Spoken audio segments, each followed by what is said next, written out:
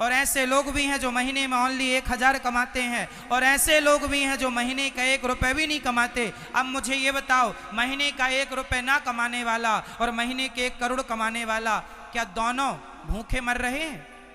यदि महीने का 1 करोड़ कमाने वाला दाल रोटी खा रहा है, तो जो महीने में 1 रुपये भी नहीं कमाता, परमात्मा उसे भी भूखा नहीं मरने दे रहा है, क्योंकि पालनहार तो ईश्वर है, पेट सबका वही भरता। बताइए जी, कोई भूखा मर रहा है? अजगर करे न चाकरी, पंछी करे न काम, दास मलूका कह गए सबके दाता। इसलिए अहंकार ये ना हो कि मैं कर रहा हूं, मैंने ये किया। माता कुंती ने कहा प्रभु विपत्ति दे दो, कन्हैया ने कहा विपत्ति क्यों? कुंती बुआ ने कहा जब जब जीवन में सुख आया तब तब आप दूर चले गए। अरे विपत्ति नहीं नाथ, मैं किसी भी हाल में आपको भूलूं नहीं, ऐसी कृपा कर दीजिए कि प्रभु मैं आपको कभी भूलू नहीं। भगवान का स्मरण सदा रखिएगा भक्तों, कभी भगवान को भूलिए मत। ये सोचिएगा कि ये ईश्वर का आप पर ऋण है, कर्जा है।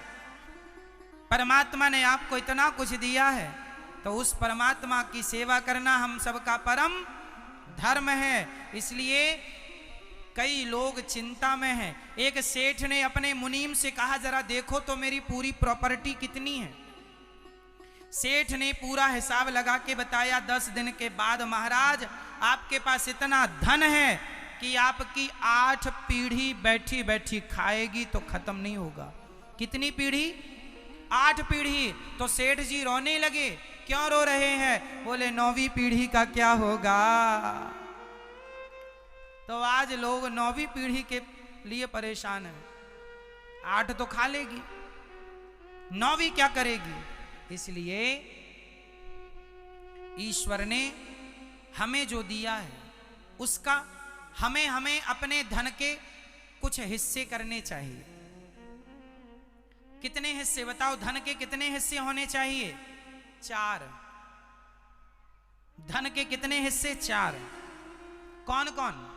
100 रुपए कमाओ तो 100 रुपए के 4 भाग करो, 25 25 25 25।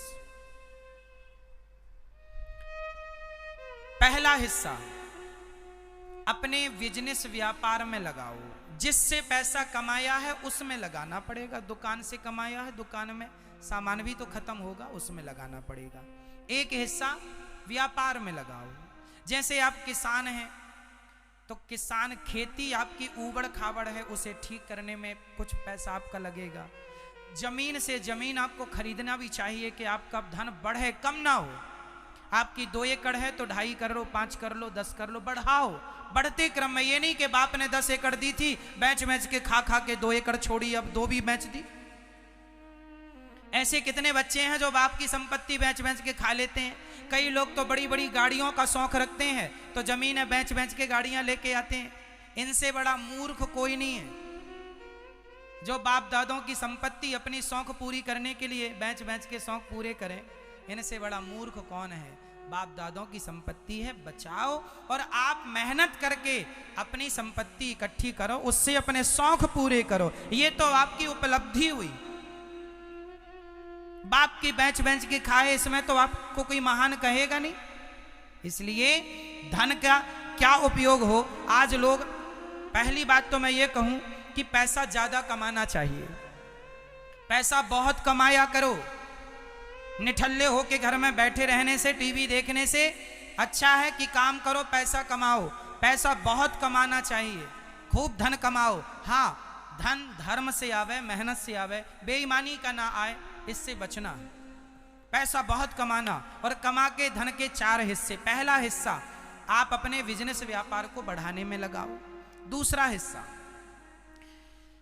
हिस्सा आप अपने परिवार की जरूरतें, जैसे बिजली का बिल है, घर में राशन है, दाल चावल सब्जी रोटी सबके घर लगती है। धन का एक हिस्सा बिजनेस के लिए, एक हिस्सा आपके परिवार के लिए। धन का एक हिस्सा आपके भविष्य के लिए सुरक्षित रखो।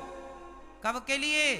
कि कल को लॉकडाउन लग जाए तो किसी के घर आटा ना मांगने, भैया आटा खत्म हो गया है।